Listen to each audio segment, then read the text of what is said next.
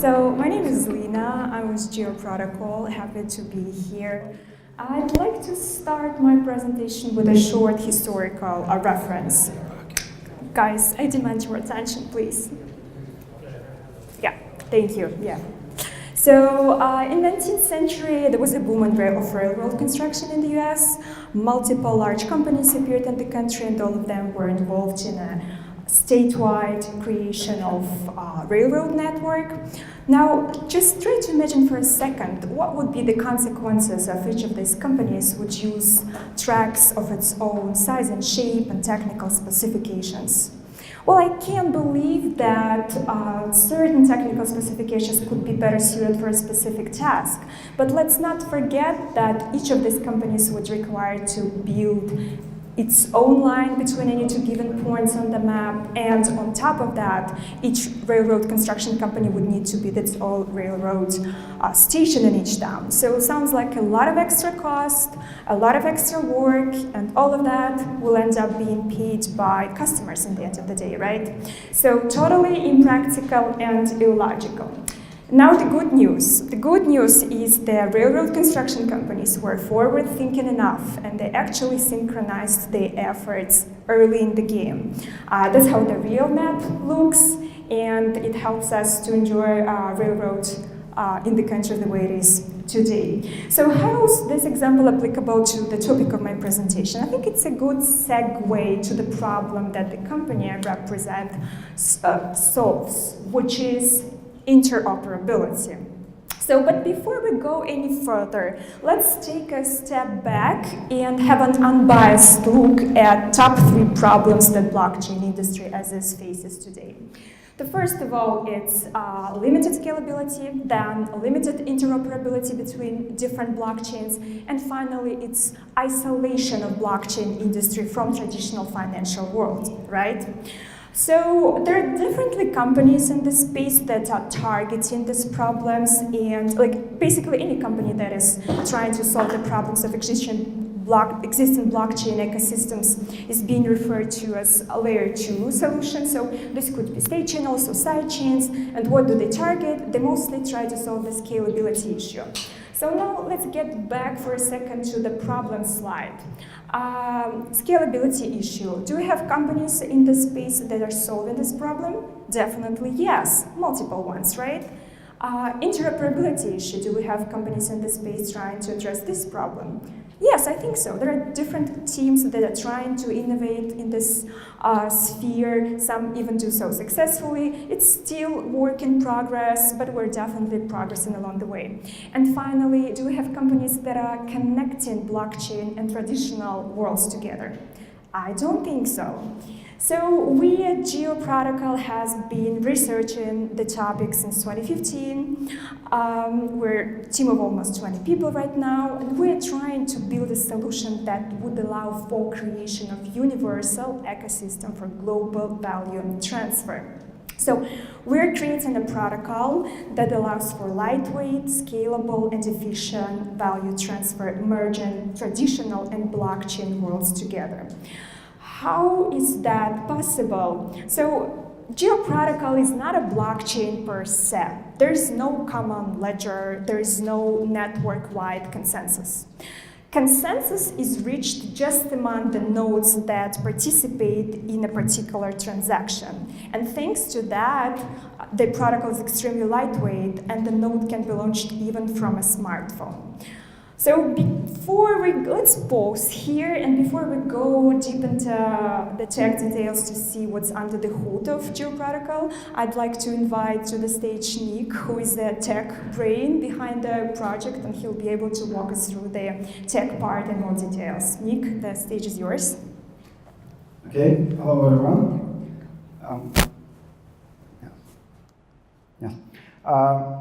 Before I start telling you how GEO Protocol actually faces with above-mentioned challenges, I'd like to briefly recap how it works under the hood. This is GEO network visualization. You can see nodes, channels, real-time payments here. So basically, GEO network is a distributed network of nodes. By the function It's actually a universal ecosystem that connects different ledgers and networks of values. Nodes are basic building blocks of this network. They represent transactions parties, endpoints, and intermediaries. Those nodes are connected to each other with channels. Channel provides the possibility to interact in a strongly encrypted way. GEO Protocol is not based on a common ledger. Each node stores information only about its own channels and transactions, and doesn't know anything about the rest of the network. Transactions are confirmed with local consensus, which is reached only by the nodes that directly participate in these transactions. There is a lot of very cool stuff about GEO Protocol, but I'd like you to focus just on 3 particular features. These features represent the most attractive function of GEO Protocol.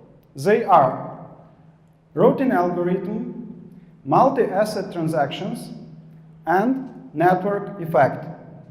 So let's move to the first one. As you may have noticed, we, like other Layer 2 projects, are trying to solve the problem of blockchain scalability. And actually, we do solve this problem, but in slightly different way. So let's discuss the key components of routing algorithm. Nodes in GEO do not need to keep entire network topology, since each node stores information only about its own channels and transactions. The data processing is distributed all over the network. Such an approach allows us to maximize the network's throughput as well as utilize the less powerful devices. So you can run GeoNode even on your mom mobile. But this feature would better be used for IoT solutions. In the Geo network, we provide real-time topology collection. For the routing purposes, we are not relying on any central coordinating authority, or even a distributed one, like miners, connector nodes, etc. Only the nodes that potentially can participate in transaction are involved in possible payment path collecting. That's why there is no need for them to store and frequently update entire network topology and its current state.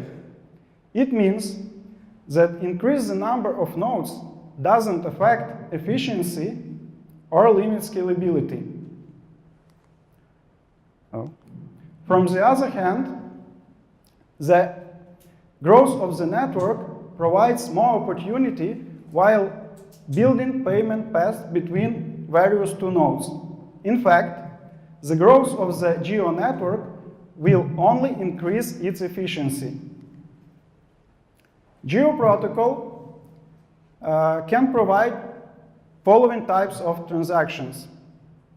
Transaction in GEO network can be executed through the 6 hops with up to 7 nodes.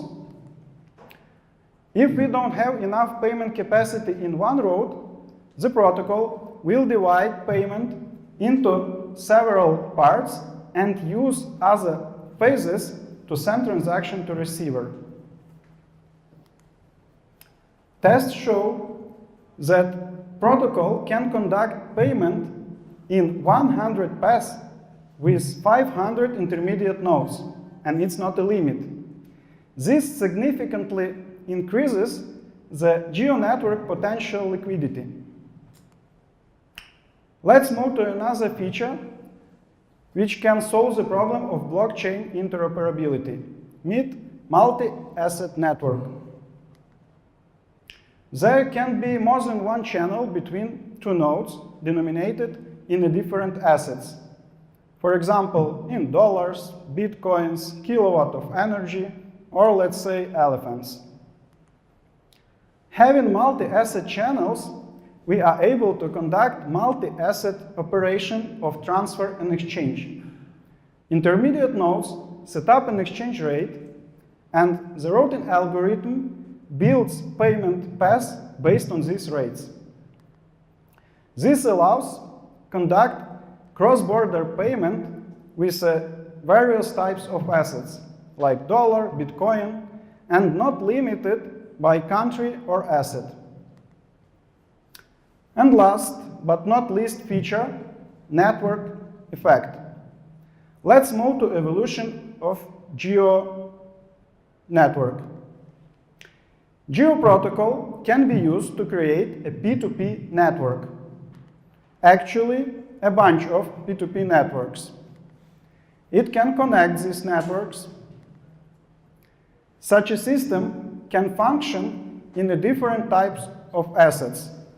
Other ledgers, applications, financial institutions could be connected to the GEO. By uniting different ecosystems, GEO provides additional opportunities as for existing participants, as for new ones. That's it for now. Let's move back to our main statements. Today, I'd like you to remember just these three main ideas about GEO Protocol. GEO uses a highly efficient routing algorithm. It can conduct multi-asset transactions. United different ecosystems will empower strong network effect. By the way, recently we launched beta version, and I hope you would love to try it. Also, it should be mentioned that we have been having payment application, GeoPay, based on GEO Protocol for 2 years already. As you see, team is always there to help, so feel free to contact us. Thank you for your attention. Thank you for your attention. Just a couple more words. As Nik has just highlighted, we're a team of 20 people, but we're constantly growing the team. So if you're a developer willing to try it out, to launch a node, to see how it works, please feel free to reach out. And aside from that, we have started onboarding various players in the industry to GEO Protocol. I mean, exchanges, wallets, etc. So parties who can participate in the network that we're creating. So also, please feel free to reach out if you feel interested. That's it. Thank you so much. Questions? Difficult questions? Or not so difficult. Yes, in the back.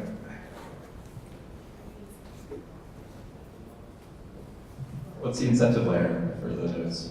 The incentive layer for the nodes, so basically a node can play multiple functions. So node can just participate in a transaction taking place, or node can be a hub or a market maker. So you mean which one exactly? Like the ones who the hubs or market makers, they can charge the participants for their services, but we leave it up to those nodes playing those services. Does it answer your question? Any more questions?